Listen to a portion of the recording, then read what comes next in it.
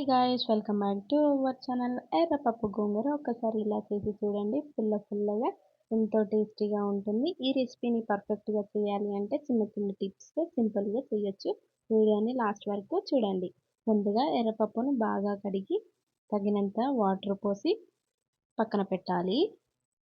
ఇప్పుడు గోంగూరని శుభ్రంగా కడిగి పక్కన పెట్టాలి వాటర్ పోసి. తర్వాత ముందుగా నానబెట్టుకున్న ఎర్రపప్పు గ్యాస్ మీద పెట్టి ఒక 5 మినిట్స్ కుక్ చేయాలి. కుక్ అయిన తర్వాత ఉడికిన పప్పులో గోంగూరను వేసి బాగా కలపాలి. అందులో చిటికెడు పసుపు వేసి కుక్ చేయాలి ఒక 2 మినిట్స్. పప్పు గోంగూర మెత్తగా ఉడికినాక రుచికి సరిపడా కారం, రుచికి సరిపడా సాల్ట్ వేసి బాగా కలపాలి. మరో పక్కన బౌల్ పెట్టి తాలింపు రెడీ చేసుకోవాలి. ఇప్పుడు బౌల్లో ఆయిల్ పోసి ఆయిల్ హీట్ అయిన తర్వాత ఆవాలు, జీలకర్ర వేసి వేగిన తర్వాత 2 గార్లిక్స్ వేసి చిటపటలాడే వరకు వేయించాలి. ఇక్కడ ఒక సీక్రెట్ టిప్ ఏంటి అంటే పప్పు ఒక 50% కుక్ అయితే సరిపోతుంది. పప్పు 50% కుక్ అయిన తర్వాత గోంగూర వేసి ఉడికిస్తే చాలా పుల్లగా టేస్టీగా ఉంటుంది. పప్పు సగం మాత్రమే ఉడకాలి.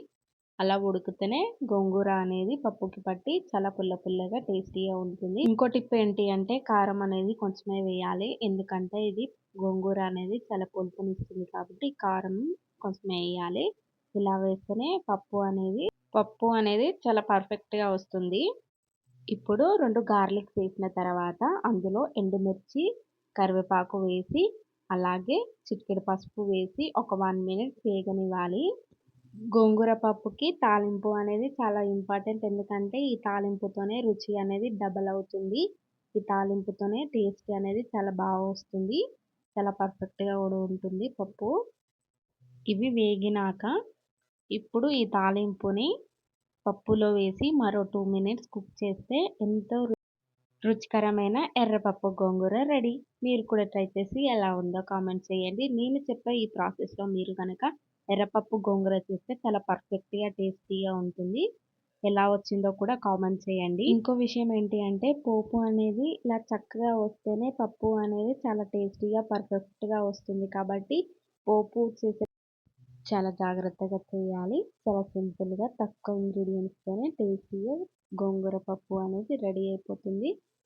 వేడి అన్నంలో నెయ్యి వేసుకొని పప్పు వేసి తింటుంటే ఆ రుచియే వేరు. మీరు కూడా ట్రై చేయండి. చాలా టేస్ట్ అనేది చాలా బాగుంటుంది. నేను చెప్పే మెజర్మెంట్స్తో ట్రై చేస్తే చాలా పర్ఫెక్ట్గా ఉంటుంది.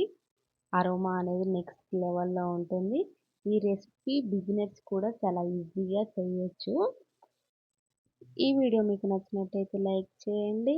ఇంకా ఇలాంటి సింపుల్ అండ్ టేస్టీ తెలంగాణ వంటల కోసం మన ఛానల్ని సబ్స్క్రైబ్ చేయండి. నన్ను సపోర్ట్ చేయండి. బాయ్ ఉంటా మరి. Take care.